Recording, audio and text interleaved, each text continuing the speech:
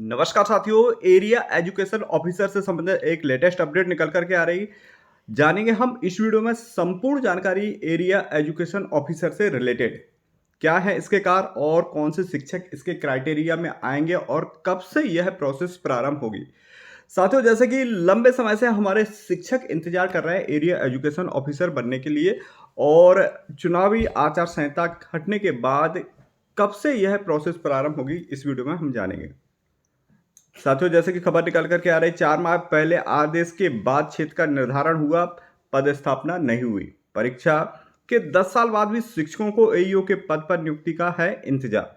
देखते हैं पूरी खबर। संकुल की जगह एईओ एरिया एजुकेशन ऑफिसर नियुक्त करने के लिए लोक शिक्षण संचालनालय ने 4 महीने पहले आदेश तो जारी कर दिए थे, लेकिन अब तक शिक्षकों को एईओ का पद नियुक्ति नहीं हुई है। हालांकि आदेश के बाद शिक्षा विभाग ने क्षेत्र का निर्धारण तो कर लिया था, लेकिन उसके बाद नियुक्ति को लेकर के संचालनालय से कोई आदेश जारी नहीं हुआ।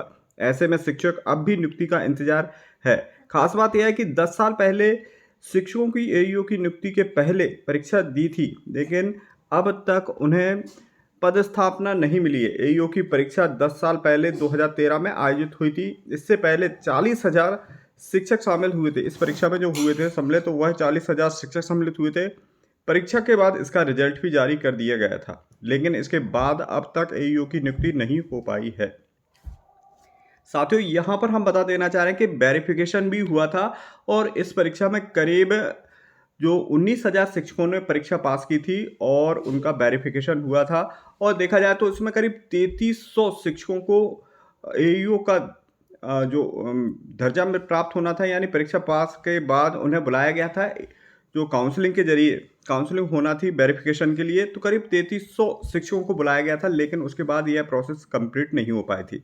आगे देखते हैं, जैसे कि दिया गया है, लेकिन इसके बाद भी अब तक एईओ की नियुक्ति नहीं हो पाई है। 4 महीने पहले अचानक लोक शिक्षण संचालनालय की नियुक्ति के बाद आई, और उन्होंने प्रदेश के सभी जिलों के एरिया एजुकेशन ऑफिसर का निर्धारण कर इसकी जानकारी संचालनालय को भेजने के निर्देश दिए थे, ताकि एईओ की नियुक्तियां की जा सके। अब चुनावी आचार संहिता के कारण नियुक्तियां फिर से अटक गई है। साथियों, एक आदेश भी जारी हुआ था, जिसके तहत कहा गया था कि चुनावी आचार संहिता हटने के बाद एईओ की प्रोसेस प्रारंभ होगी। हालांकि उस आदेश में एक हवाला और दिया गया था कि उच्च पद प्रभार प्रक्रिया के बाद एरिया एजुकेशन ऑफिसर की कार्रवाइयां प्रारंभ होगी। तो अभी देखा जाए तो उच्च पद प्रभार प्रक्रिया जो कि प्रमोशन से रिलेटेड है, तो वह अभी आधी अधूरी हुई है, और इसमें भी अभी कुछ समय लगेगा। और उसके बाद जो उच्च पद प्रभार प्रक्रिया कंप्लीट होने के बाद एरिया एजुकेशन की प्रोसेस प्रारंभ होगी। यहाँ पर हम देख रहे हैं, जैसा कि दिया गया है, एईओ की नियुक्ति से यह होगा फायदा। अभी जैसे कि संकुल प्रभारी कागजात देखते हैं। संकुल प्रभारी और हायर सेकेंडरी स्कूल के प्राचार्य होते हैं मोस्टली।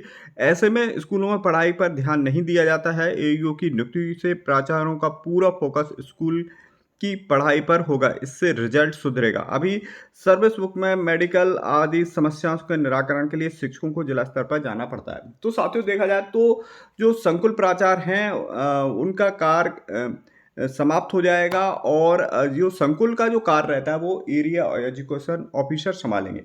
देखा जाए तो एक ऑफिस में 3 एरिया एजुकेशन ऑफिसर्स इसके अंतर्गत सम्मिलित होंगे, और वही पूरी मॉनिटरिंग, स्कूलों की जो मॉनिटरिंग करेंगे। अभी देखा जाए तो संकुल प्राचार्य मोस्टली सप्ताह में 2 स्कूल विजिट करने को होते हैं, लेकिन ऐसा नहीं होता है, और इनका कार्य मोस्टली मॉनिटरिंग करना ही रहेगा। तो सतत मॉनिटरिंग भी होती रहेगी, और शीघ्र ही इसमें एरिया एजुकेशन की उच्च पद प्रभार प्रक्रिया के बाद काउंसलिंग प्रारंभ होगी। अब इसमें कौन से शिक्षक लिए जाएंगे, जैसे कि मोस्टली परीक्षा वाले या फिर से परीक्षा होगी, तो अब देखते हैं इस पर। अभी हालांकि कोई विशेष अपडेट तो नहीं आ रही है कि पुराने शिक्षकों को ही लिया जाएगा या फिर नई परीक्षा होगी। और साथ में अब इसका जो फॉर्मेट चेंज हो गया कि पहले माध्यमिक शिक्षकों को लिया था, अब जो अपडेट आ रही है कि अब उच्च माध्यमिक शिक्षकों को इस प्रक्रिया में सम्मिलित किया जाएगा, जो एईओ एरिया एजुकेशन से रिलेटेड है।